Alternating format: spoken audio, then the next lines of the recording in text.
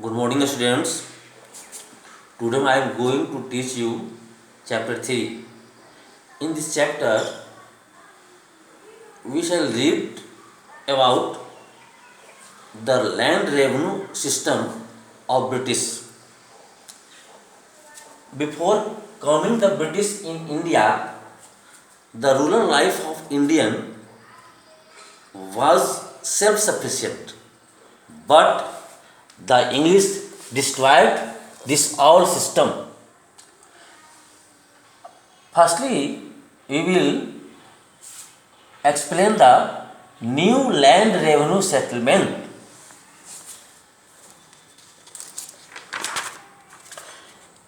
After getting the Diwali rights over Bengal, Bihar, and Orissa, the British introduced three land revenue: permanent settlement, Rayatwari settlement, and Mahalwari settlement. Permanent settlement was introduced by Lord Cornwallis. In this system, zamindars were made permanent revenue collectors.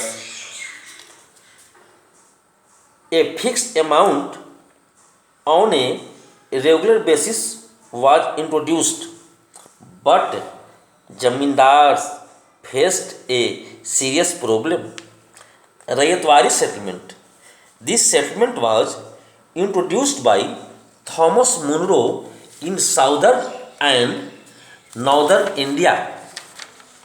This settlement made directly by the actual cultivators or rayats. The British fixed the land revenue at a high rate, and rayats were often forced to take loans from the moneylenders.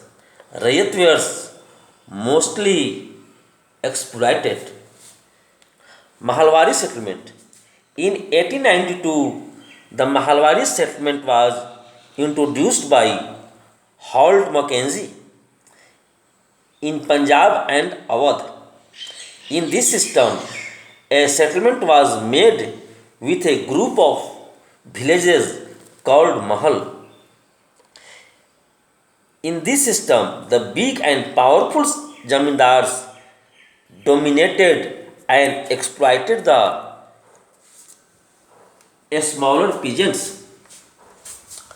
Commercialization of agriculture.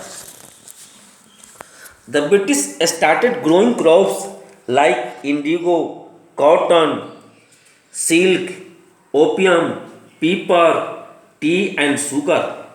The British bought tea from China and had to pay silver for this. Soon they started producing opium in India to export in China. Indigo. During the last decades of the 18th century, indigo cultivation in Bengal expanded rapidly and soon came to dominate the world market. The peasants were brutally exploited. They got a very low price for this. Indigo production ruined the fertility of the soil. Commercialization of agriculture benefited the British. The farmers were brutally exploited. This system increased the percentage of landless laborers. Exploitation for the peasantry.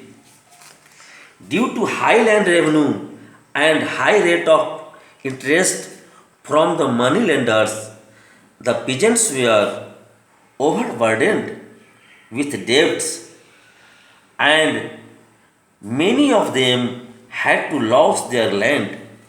Poverty, misery, and exploitation of rural India was revealed when famines ravaged the countryside regularly.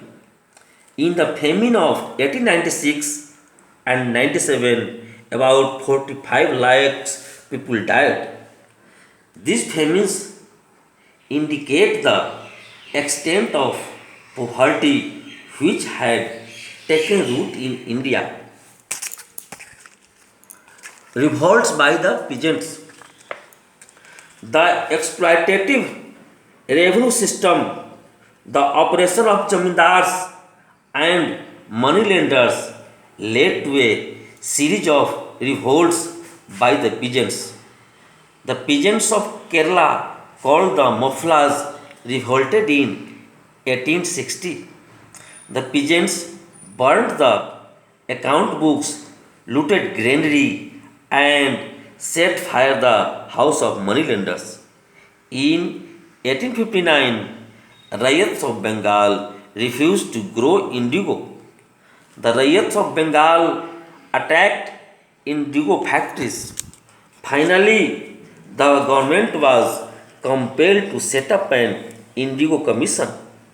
When the indigo production ended in Bengal, the planters shifted in Bihar. Gradually, by the 20th century, the peasants movement got support from political parties and became a significant part of the Indian national movement. Thank you. See you next day.